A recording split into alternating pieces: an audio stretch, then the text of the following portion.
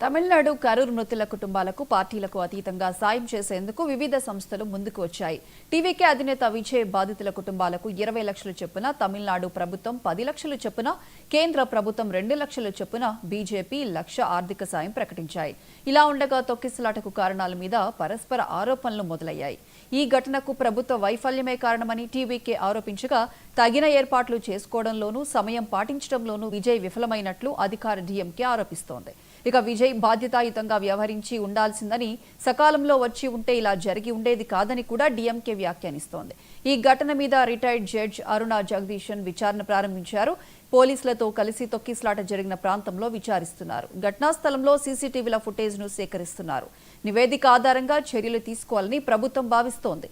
మరోవైపు విద్యార్థి సంఘాలు విజయ్ను తప్పుబడుతూ ఉద్యమించడంతో విజయ్ నివాసం దగ్గర ప్రభుత్వం పోలీస్ బందోబస్తును ఏర్పాటు చేసింది. రేపు తమిళనాడు వ్యాప్తంగా బంద్కు వ్యాపార సంస్థలు నిర్ణయించాయి.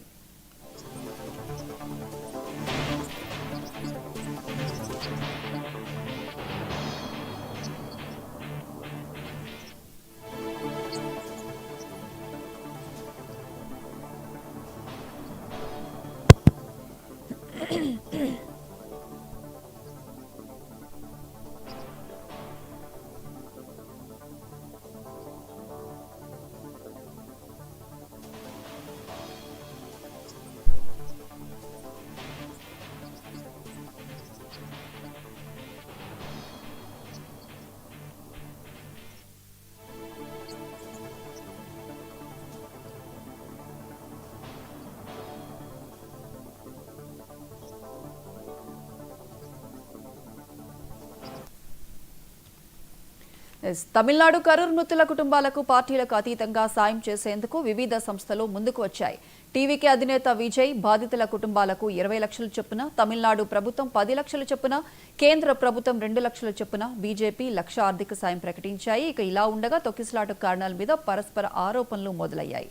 దీనికి సంబంధించి పూర్తి అప్డేట్స్ మా ప్రతినిధి మురళీకృష్ణ ఫోన్ లైన్ అందిస్తారు. మురళీకృష్ణ, ప్రియాంక అయితే దారుణ ఘటన జరిగినటువంటి నేపథ్యంలో బాధితులకు అండగా నిలిచేందుకు ఏదైతే రాజకీయాలకు అతీతంగా కూడా వివిధ పార్టీలు ముందుకు వస్తున్నాయి. ఇప్పటికే తమిళనాడు రాష్ట్ర ప్రభుత్వం కూడా 10 లక్షల రూపాయలు మృతులకి, అదేవిధంగా క్షతగాత్రులకి 1 లక్ష రూపాయల లెక్కన నిన్న రాత్రి ప్రకటించినటువంటి విషయం తెలిసిందే. అయితే ఈ ఘటనకి ప్రధానంగా ఏదైతే టీవీకే పార్టీకి సంబంధించి జరిగినటువంటి ఘటన నేపథ్యంలో టీవీకే పార్టీ అధినేత కోలీవుడ్ నటుడు విజయ్ కూడా స్పందించారు. వెంటనే ఎవరైతే మృతులు ఉన్నారో మృతులకు దాదాపు 20 లక్షల రూపాయల ఎక్స్గ్రేషియాతో పాటు ఎవరైతే క్షతగాత్రులు ఉన్నారో వాళ్ళకి 2 లక్షల రూపాయల ఎక్స్గ్రేషియా ప్రకటిస్తూ నిర్ణయం కూడా తీసుకున్నారు. దీంతో వీరితో పాటు కొన్ని పార్టీలు అంటే అటు బీజేపీ కావచ్చు, ఇతర పార్టీలు కావచ్చు, మృతులకు ఎక్స్గ్రేషియా ప్రకటిస్తూ కూడా నిర్ణయం తీసుకున్నారు. బాధితులందరికీ కూడా తామంతా అండగా ఉంటామని చెప్పే ప్రయత్నం అయితే ప్రస్తుతం రాజకీయ పార్టీలన్నీ కూడా చేస్తున్నటువంటి పరిస్థితి ఉంది. అయితే ఈ ఘటనకు సంబంధించి పరస్పర ఆరోపణలు అయితే కొనసాగుతున్నాయి. మృతుల సంఖ్య మొత్తం మీద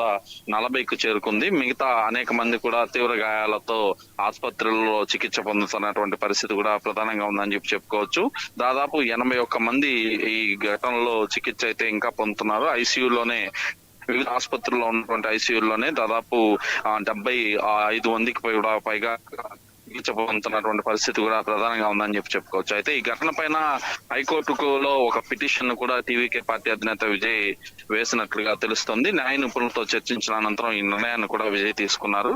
పిటిషన్ ను అత్యవసరంగా విచారించాలని చెప్పి విజ్ఞప్తి చేయడంతో మదురై బెంచ్ లో ఈ పిటిషన్ కూడా విచారించే అవకాశం కనిపిస్తోంది. ఈ ఘటనలో కుట్ర కోణం దాగి ఉందని హైకోర్టు సుమోటోగా లేదంటే స్వతంత్ర దర్యాప్తు సంస్థ చేత విచారణకు ఆదేశించాలని చెప్పి కూడా టీవీకే విజ్ఞప్తి చేసింది. ఆ సమయంలో కరెంటు పోవడం, విజయ్ పైకి గుర్తు తెలియని ఆగంతుకులు చెప్పులు విసరడం, అదే సమయంలో తొక్కిసలాట, ఈ అన్ని అంశాలను కూడా ప్రస్తావించినట్లుగా ప్రధానంగా తెలుస్తుంది. మరొక వైపు కరూర్ ఘటన పైన టీవీకే కేడర్ పైన కూడా కేసులు నమోదయ్యాయి. దాదాపు మొత్తం 6 మంది పైన కూడా కేసులు నమోదు చేసినటువంటి పోలీసులు అందుకు సంబంధించి ఒక నివేదిక కూడా తయారు చేస్తున్నట్లుగా తెలుస్తుంది. అయితే ఈ ఘటన నేపథ్యంలో వచ్చే వారం తన పర్యటనను కూడా టీవీకే అధినేత విజయ్ రద్దు చేసుకున్నారు. కరూరులో ఉన్నటువంటి బాధితులు ఎవరైతే ఉన్నారో ఈ బాధితులను పరామర్శించేందుకు అనుమతి ఇవ్వాలంటూ కూడా పోలీసులకు ఆయన లేఖ రాసినట్లుగా తెలుస్తోంది. అయితే ఈ ఘటనకు సంబంధించి అనేక అంశాలు కూడా ప్రధానంగా ఇక్కడ కనిపిస్తోంది. ఏదైతే ఇటీవలే ప్రజల భద్రత పైన